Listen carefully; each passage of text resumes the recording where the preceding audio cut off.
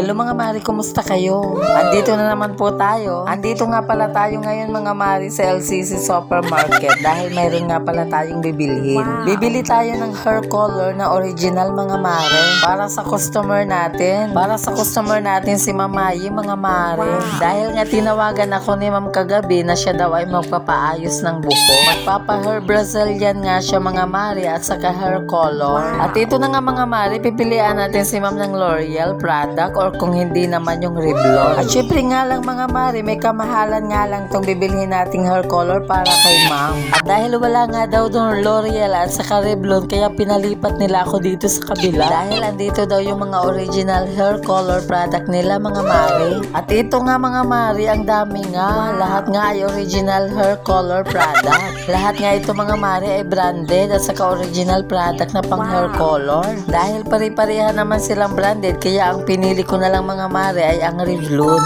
At ito na nga mga mari, binayaran ko na pala siya sa counter. At dahil nga mga mari, ako ay nagmamadali na makabalik agad sa bahay nila Mamayi dahil ako ay mag-aayos pa ng kanyang buhok. At habang ako ay naghihintay ng bariya mga mari, ako ay tumingin muna sa paligid. At maya-maya lang mga mari, ito na nga yung bariya natin. At habang kinukuha ko yung bariya, mayroon palang sinasabi sa akin si kuya. Akala ko nga kung ano, ay naku, magbibigay pala daw siya sa akin ng raffle ticket. Dahil nga daw medyo malaki ang halaga ng binili ko sa kanilang hair color, kaya bibigyan niya ako ng raffle ticket. Raffle ticket nga daw po mga mari na naghahalaga ng worth of 5,000 pesos para sa hair beauty product kung sakaling mabunot yung number ng ticket na binigay sa iyo mga mari for free. At pagkatapos nga nito mga mari, tayo ay lalabas na ng LCC dahil pupunta na tayo sa ating customer at nang para makapagsimula na tayo sa paggawa ng buhok mga mari dahil medyo matagal-tagal yun. At ito na nga tayo mga mari, bababa na tayo ng LCC ngayon. Pagbaba nga natin dito mga mari, sakay na lang nga tayo ng tricycle para mabilis. At andito na nga tayo sa bahay ng customer natin mga mari.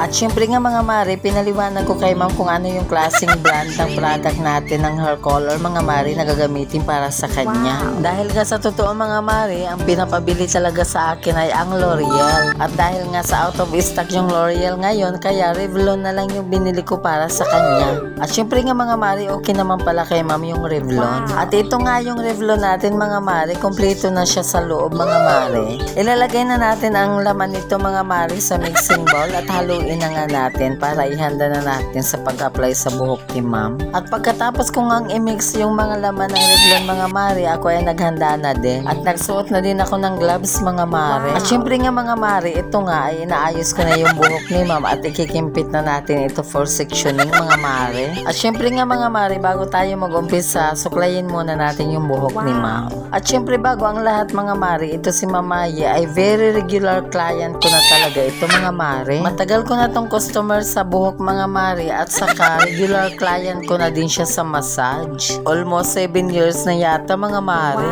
At syempre hanggang ngayon mga mari, patuloy pa rin ang pag-home service ko sa kanya. At ito na nga mga mari, in-applyan na nga natin si ma'am ng hair color sa kanyang buhok. Syempre nga mga mari, unahin muna natin ang hair color bago ang hair Brazilian mga mari. At pagkatapos nga natin i-apply ang hair color sa buhok ni ma'am, ibabad muna natin ng 30 minutes. Or depende na lang kasi i-check na lang natin mga mari kung tumalab na yung kulay na gusto ma-achieve ni ma'am mga mari. At syempre mga mari, kapag makita na natin na sakto na yung kulay sa kanyang buhok, syempre kailangan na natin banlawan ang buhok ni ma'am. Kaya lang nga mga mari, sa tuwing nagpapaayos si ma'am ng kanyang buhok, nakasanayan na talaga siya na ang nagbabanlaw ng kanyang buhok sa loob ng CR mga mari dahil sabay na lang nga daw siyang maligo mga mari. Kaya siya na lang din ang nagsashampoo at naglalagay ng conditioner mga mari. At syempre nga naman mga mari, habang nakababad yung hair color na linagay natin sa buhok, syempre mga mari, kailangan natin bantayan, lalo-lalo na yung texture na tinitingnan natin, baka tumalab na masyado yung color. Ang natural nga pala ng kulay ng buhok ni ma'am bago natin siya linagyan ng kulay ay natural black mga mari. At ang linagay nating kulay sa kanya ngayon ay light ash brown mga mari. At ito na nga pala mga mari, tapos na nga pala si ma'am magbanlaw at nagsabay na din siya shower. Kaya ito, syempre mga mari, ako naman yung magpupunas ng towel sa kanyang buhok mga mari.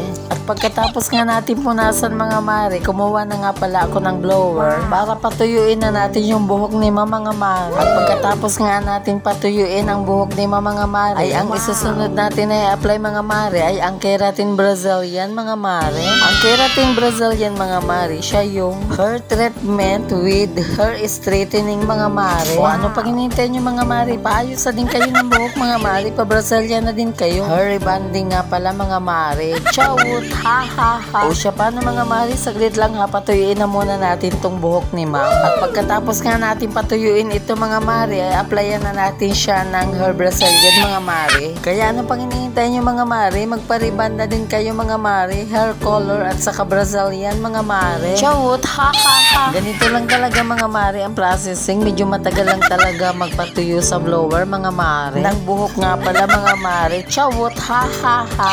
O siya paano ba yan mga mare, hali kayo dito at tulungan nyo naman ako, chawut, ha ha ha. At sa wakas tuyo na nga din yung buhok ni ma'am, kaya mag-a-apply na tayo ng hair Brazilian mga mare. At ito na nga mga mare, linagyan na nga natin yung buhok ni ma'am mga mare at saka sinictioning na din natin. Kailangan nakasectioning tayo mga mare para malagyan lahat ng buhok mga mare. O siya paano mga mare, hanggang dito na lang muna video natin. Bye!